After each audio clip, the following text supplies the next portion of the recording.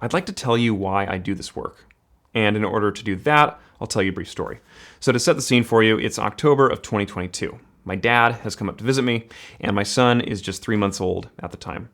My dad had been telling me about this project he'd been working on, but wouldn't say what it was about. As it turns out, he reveals to me as he's leaving, this project I've been working on this whole time, Taylor, this is actually a gift, and the gift is for you. Hands me this box wrapped in this brown paper. He says, only thing I ask is just open it once I've left and do it when you have a little bit of time to yourself. So, went down to the creek that's at the back of our house. I opened up this box, and what was inside was 2 books, so 2 volumes of letters.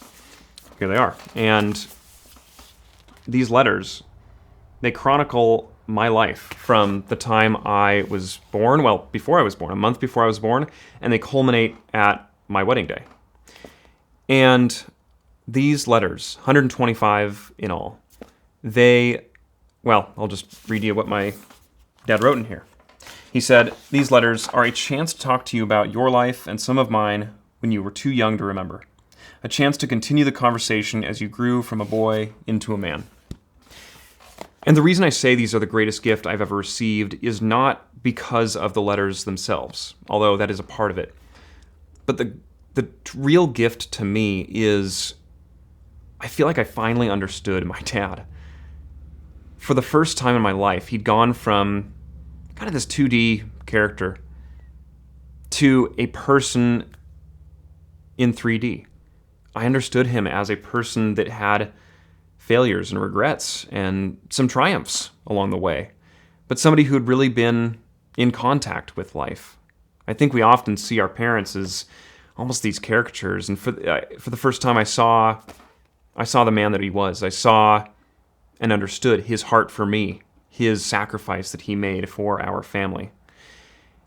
To me, that's what legacy is. Legacy is not about accomplishments or accolades. It's not about putting your name on the side of a hospital wing.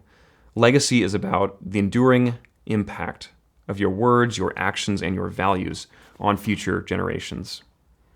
And I realized that's what I do for people. That is what I love to do.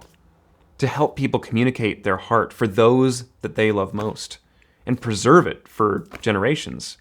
To help them say the thing that they haven't quite been able to say, or ask them the question that they, for their whole life, have been wanting to answer.